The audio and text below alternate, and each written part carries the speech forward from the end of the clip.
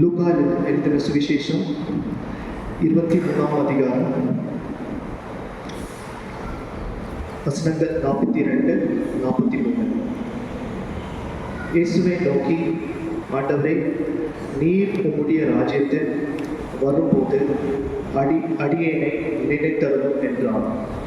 இயேசு அவனை நோக்கி, இன்றைக்கு நீ என்னுடனே கூட பரதீசில் இருப்பாய் என்று மெய்யாகவே உனக்கு சொல்லுகிறேன்.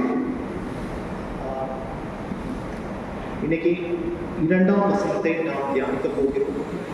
எனக்கு என் மனசுல நான் படிச்ச எனக்கு தோணுகிற ஒரு சில விஷயங்களை நான் இன்னைக்கு ஷேர் பண்ண விரும்புகிறேன். முதலாவது காரியம், மார்க் எழுதின சுவிசேஷம் 10ஆம் அதிகாரம்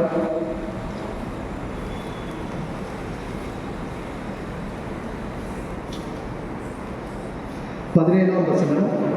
பின்பு அவர் புறப்பட்டு வழியிலே போகையில் ஒருவன் ஓடி வந்து அவருக்கு முன்பாக முழங்கால் படியிட்டு, நல்ல போதகரை, நித்திய ஜீவனை சுதந்திரித்துக் கொள்ளும்படி நான் என்ன செய்ய வேண்டும் என்று கேட்டான். அதே 10ஆம் அதிகாரம்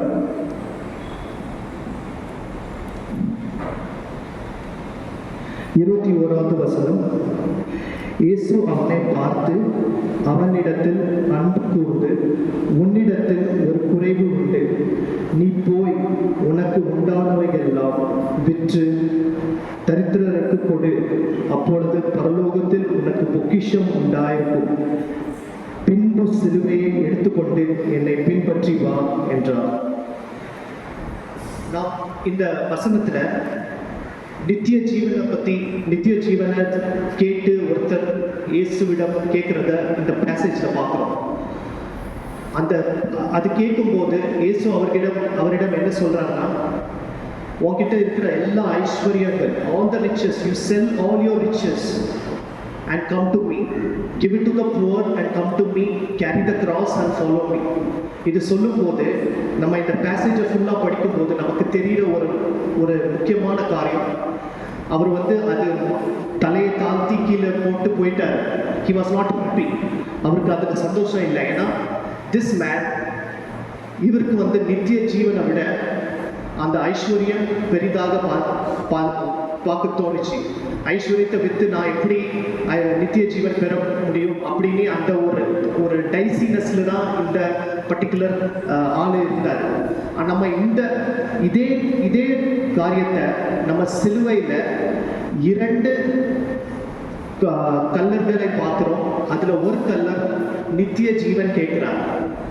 அந்த நித்திய ஜீவன் கேட்கும் போது ஆண்டவர் ரொம்ப சுலபமாக நித்திய ஜீவன் அந்த கல்லருக்கு கொடுக்கிறார். ஆனா இந்த மார்க் 10ஆம் அதிகாரத்துல பார்க்கும்போது ஒரு கண்டிஷன் ஆஃப் லைஃப், நீ இது செஞ்சாதான் உனக்கு கிடைக்கும் அப்படின்னு சொல்ற வர்றாரு. ஆனா இங்க இட் சீம்ஸ் வெரி ஈஸியா மனம் திரும்புதல்னால அந்த ஐஸ்வர்யவான் மனம் திரும்ப முடியல. Because he was not willing to sell his wealth.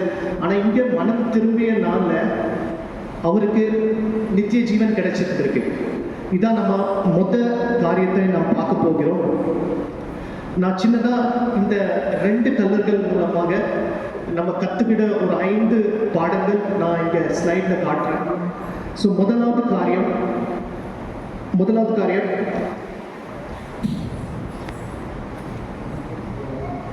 it is never late to repent.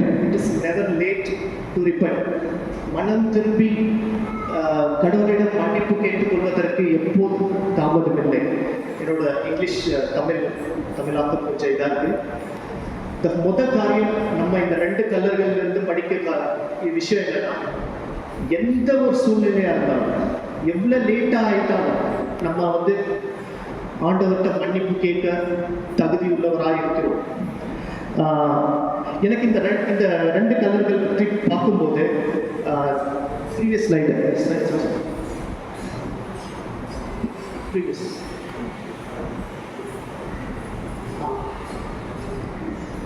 Next அந்த ரெண்டு பேர் பற்றி பைபிளில் எழுதின ரெண்டு கலர்கள் பேர் வந்து Dismas is the bad thief and Dismas is the good thief. பைபிளில் இந்த ஸ்காலர்ஸ் எழுதுகிற விஷயம் என்னென்னா, Dismas is the name of the அந்த ஒரு கலருக்கு நல்ல கலராக மனம் திரும்பினவர் பேர் டிஸ்டாஸ், பிறகு மனம் திரும்பாத கலர் பேர் டிஸ்டாஸ். பைபிளில் இல்லாத காரியம் தெரிஞ்சுக்கிடுங்க இன்னைக்கு. எனக்கு இந்த டிஸ்டாஸ் இந்த கலர் பற்றி எனக்கு பிடிச்ச ஒரு விஷயம் என்னன்னா, இது ஒரு கற்பனை கதை. ஒரு நாள் எல்லாரும் சொர்க்கத்தில் எல்லாரும் லைனில் நிற்கிறாங்க. சொர்க்கம் கேட் திறக்க போது உள்ளே போகிறதுக்காக ஒரு கற்பனையான கதை. அதில் நிற்கும்போது எல்லாரும் பேப்டிசம் சர்டிஃபிகேட் வச்சுருக்காங்க ரெடியாக. கன்ஃபர்மேஷன் சர்டிஃபிகேட் ஒயிட் அண்ட் ஒயிட்டர்ஸ் அந்த சர்டிஃபிகேட் வச்சுருக்காங்க ரெடியாக.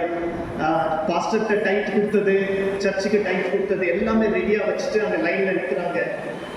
எல்லாரும் லைனில் நின்று அந்த ஏஜென்ட்டை வாக்குவாதம் பண்ணுறாங்க. எனக்கு இதெல்லாம் இருக்குது, என்னை உள்ள விடுங்க அப்படின்னு சொல்லிக்கிட்டே வராங்க. உள்ள நடக்கும்போது ஒருத்தர் வந்து ஒன்றுமே இல்லை வந்து நிற்கிறாரு. அவங்க கேட்குறாங்க, பேப்டிசம் எடுத்தியா? இல்லை. கன்ஃபர்மேஷன் எடுத்தியா? இல்லை. டைட் கொடுத்தியா? இல்லை. யாராச்சுக்கு உதவி செஞ்சியா? இல்லை. அப்புறம் எப்படி இங்கே வந்து நிற்கிறான்னு சொல்லும்போது அவர் டிஸ்டாஸ் சொல்கிறாரு, ஒருத்தர் எங்களை வர சொன்னாரு, இயேசு என்னைய வர சொன்னார். தட்ஸ் த ஒன்லி குவாலிஃபிகேஷன் இந்த கல்லர்கிட்ட இருந்துச்சு. யாருமே எதிர்பார்க்காத ஒரு குவாலிஃபிகேஷன் இவருக்கு நித்திய ஜீவன் கிடைக்க குவாலிஃபிகேஷன் ஆண்டவர் கொடுத்தார். இதான் காரியம். It is never too late to repent. எந்த ஒரு சூழ்நிலையில் இருந்தாலும் மனம் மாற நமக்கு டைம் இருக்கு. சாவர நிலைமையில் இருக்கும்போது கூட மன்னிப்பு கேட்கலாம். இந்த 3 பேர் Jesus was on the cross, 2 கல்லர்களும் டிஸ்டாஸ் அண்ட் கெஸ்டாஸ் 2 பேரும் பக்கத்தில் தான் இருக்காங்க. All the 3 are going to die. இன்னும் சில மணி நேரத்தில் இறந்துடுவாங்க. பட் அந்த நேரத்தில் ஒருத்தர் he chose to ask for forgiveness, he chose to ask for repentance. இதான் காரியம். ரெண்டாவது காரியம், no sin is beyond forgiveness. மன்னிக்கப்பட முடியாத பாவம் எதுவும் இல்லை. நிறைய நம்ம எல்லாரும் மனுஷர்கள் தான். கண்டிப்பா ஏதோ ஒரு பாவம் நம்ம கிட்ட இருக்கு. தெரிஞ்சோ தெரியாமலேயோ நம்ம செஞ்சிருப்போம். இல்லை நம்ம சொந்த அப்பா அம்மாவுக்கு கூட தெரியாது, நம்ம பாஸ்டருக்கு தெரியாது, நம்ம மனைவிக்கு தெரியாது, நம்ம ஹஸ்பண்டுக்கு தெரியாது. ஏதோ ஒரு பாவம் நம்மகிட்ட இருந்திருக்கும். ஆனால் எந்த வகையான பாவமாக இருந்தாலும் we can ask for forgiveness. No sin is beyond forgiveness. நமக்கு இந்த தெரியும், கொல்கத்தா மலையில் இந்த 2 பேர் அறையப்பட்டிருக்கிறது பைபிளில் இட் இஸ் கிவன். அவங்க கொள்ளையர்கள் தான் எழுதியிருக்கு. பட் நம்ம இன்னும் ஆழமாக ஆராய்ச்சி பார்த்தா யாரையும் சாதாரண தப்புக்கு சிலுவையில் போட மாட்டாங்க. It was a very big sin. ஏதோ பயங்கரமாக கொள்ளை அடிச்சிருக்காங்க, மக்களை துன்புறுத்திருக்காங்க. அதனால தான் they had to put him on the cross. அதனால எந்த தப்பாக இருந்தாலும், ரெண்டாவது காரியம், no sin is beyond forgiveness. So நம்ம எப்போதும் இருந்தாலும் forgiveness கேட்க விரும்புகிறோம். இப்போ என்னோட பர்சனல் லைஃப்பில் கூட என்னோட கம்பெனி வந்து எல்லா குவார்ட்டர் எல்லா ஃபினான்ஷியல் இயர்ஸ்க்கு பார்ட்டி நடத்துவாங்க. சில பேருக்கு தெரிஞ்சிருக்கும், எல்லா கம்பெனிஸ் பார்ட்டி நடத்துவாங்க. பார்ட்டிஸ், அந்த பார்ட்டியில் ஃபுல் ட்ரிங்க்ஸ் தான் இருக்கும். எல்லாரும் ஆட்டம் போடுவாங்க. Everything can be done. நமக்கு ஃபுல் சுதந்திரம் இருக்குது. யாருமே ஜட்ஜ் பண்ண மாட்டாங்க. You can go have what you want. இப்படி இருக்கிற ஒரு சூழ்நிலையில் what are we choosing? Are we choosing Dismas or are we choosing Gestas? Gestas மாதிரி நம்ம அந்த வாழ்க்கையை, நமக்கு பிடிச்ச வாழ்க்கையை, கெட்ட வாழ்க்கையை நம்ம அனுபவிக்கிறோமா? இல்லை மனம் திரும்பி நம்ம அதை எதுவும் செய்யக்கூடாது, அதை தொடக்கூடாது அப்படின்னு நம்ம நினைக்கிறோம். த செகண்ட் காரியம், no sin is beyond forgiveness. மூன்றாவது, இம்பார்ட்டன்ஸ் ஆஃப் பீயிங் ஹம்பிள். பணிவின் முக்கியத்துவம்.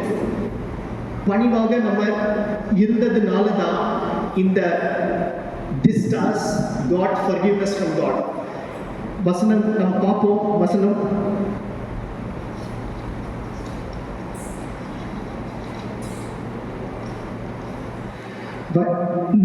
லூக்கா 23ஆம் அதிகாரம் 30ஆம் வசனம் நம்ம பார்க்கும்போது 39ஆவது வசனம், நீ கிறிஸ்துவாக இருந்தால் உன்னையும் எங்களையும் ரட்சிக்க வேண்டும் என்று அந்த கெஸ்டாஸ் சொல்றார். அவருக்கு வந்து ப்ரைட், he has pride, arrogant-ஆ இருக்கார். அவருக்கு வந்து அந்த ஹம்பிள்னஸே இல்லை. பட் அதுக்கு அடுத்த வசனம் பார்க்கும்போது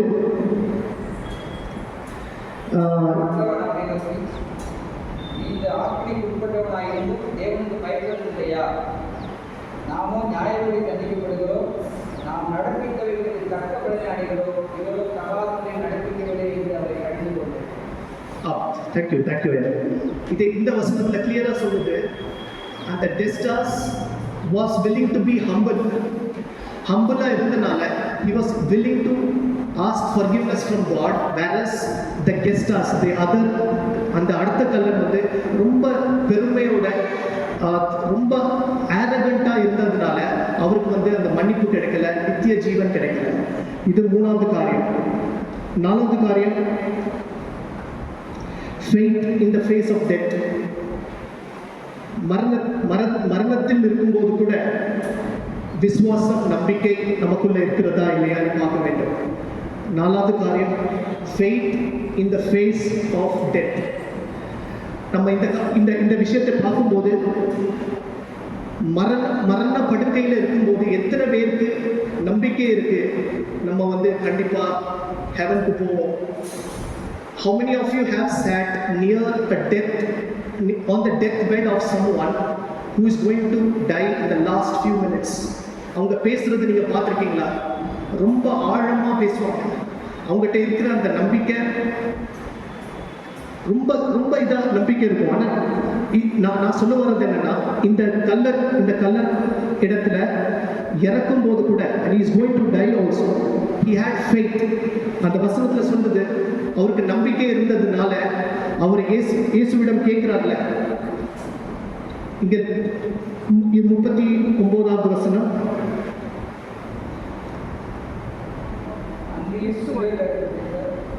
சாரி 42வது வசனம், இயேசுவை நோக்கி, ஆண்டவரே, நீர் உம்முடைய ராஜ்யத்தில் வரும்போது அடியேனை நினைத்தருளும். கொஞ்சம் இன்னும் சில மணி நேரம் தான் இறக்க போறாங்க. பட் அந்த மொமெண்ட்ல கூட he had that faith before dying. அந்த faith இருந்தனால end of the day he also got the everlasting life with Jesus. இது 4வது காரியம். 5வது காரியம், importance of choosing Christ. 2 கல்லர்கள் பற்றி பார்த்தோம். ஒன்று கெஸ்டாஸ், ஒன்று Dismas. Dismas is a good guy, Gestas is a bad guy. Dismas வந்து இந்த கடைசி நேரத்தில் கூட இயேசுவை he chose Jesus. இப்போ இந்த 2 கல்லர்களையும் நம்மளை கம்பேர் பண்ணோம். we are the 2 thieves. நாம் மக்கள் எல்லாரும் அந்த 2 கல்லர்களாய் பொருத்தி பார்க்க வேண்டும். we are the 2 thieves. அந்த 2 thieves நம்ம என்ன சூஸ் பண்ணோம்? முதல் ஆளு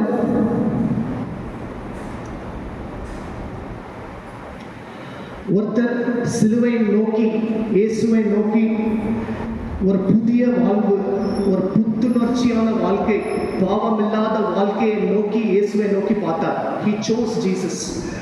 இன்னொருத்தர் வந்து Distas wanted to get into the old relationship, the old sins, the old friends. யார் மற்றவங்களுக்கு இருக்கிற செய்ய பாவங்கள் எல்லாத்தையும், அதே பழைய பாவங்களே தான் அவர் சூஸ் பண்ணார். இந்த 2 thieves பத்தி நம்ம பார்க்கும்போது 5வது காரியம், யார் இந்த 2 பேர்ல importance of choosing Christ choose பண்றதுல பார்த்தது மாதிரி நம்ம மக்கள், நாம் எல்லாரும் டெஸ்டாஸ் மாதிரி கடவுளை சூஸ் பண்ணா நம்ம வாழ்க்கை மனம் திரும்பி இயேசுக்காக வாழ்ந்தா நமக்கு ஃபுல் சால்வேஷன் கிடைக்கும் என்று இந்த 2 கல்லர்கள் நாம் படித்துக் கொள்கிறோம். எனக்கு ஒரே ஒரு விஷயம் சொல்லி முடிக்கிறேன். எனக்கு ஆல்வேஸ் எனக்கு வந்து இந்த ரெண்டாவது டிஸ்டாஸ் இந்த நல்ல கலரை பற்றி யோசிக்கும் போது டில் லாஸ்ட் டே அவர் வாழ்நாள் முழுசு he enjoyed his life. I would say he enjoyed his life. எல்லா தப்பு பண்ணிட்டார். யாருக்கும் பயப்படல, கடவுளுக்கு பயப்படல, சட்டத்துக்கு பயப்படல. But at the end of the day எனக்கு முன்னாடி he chose Christ and he attained everlasting life. அதுக்காக நாமளும் எனக்கு என்ன யோசனை வரும்னா, நாமளும் அப்படி செஞ்சுக்கலாமா? எப்பவும் எல்லா பாவத்தை செய்வோம், கடைசியில் செய்வோம், and at the end of the day நம்ம வந்து மன்னிப்பு கேட்டால் போதும் அப்படின்னு பண்ணலாமா அப்படின்னு நான் நிறைய டைம் இந்த வசனம் தியானிக்கும் போது நான் யோசித்திருக்கேன். But God doesn't let us like that. நம்ம ஆண்டவரை அறிஞ்சிருக்கிறபடியா நாம் பாவம் செய்யாமல் எப்பொழுது ஆண்டவருக்காக இந்த கல்லர் மாதிரி டிஸ்டாஸ் மாதிரி வி ரிப்பெண்ட், நம் மனம் திரும்பி இயேசுக்காக வாழ்ந்தால் நமக்கும் நித்திய ஜீவன் கிடைக்கும் என்று நான் சொல்லி முடிக்க விரும்புகிறேன். ஜெபம் செய்யலாம்.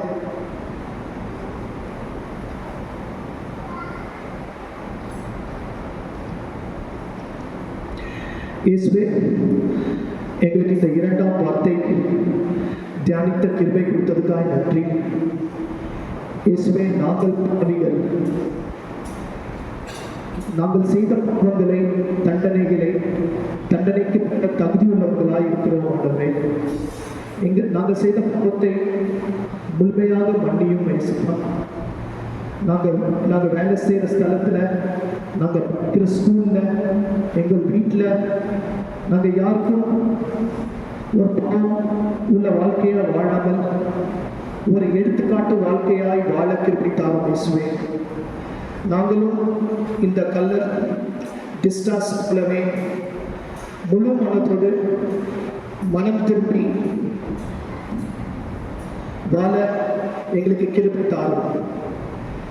இயேசு கிறிஸ்துவின் நாமத்தில் ஜெபிக்கிறோம் எங்கள் நல்ல பிதாவே. ஆமென்.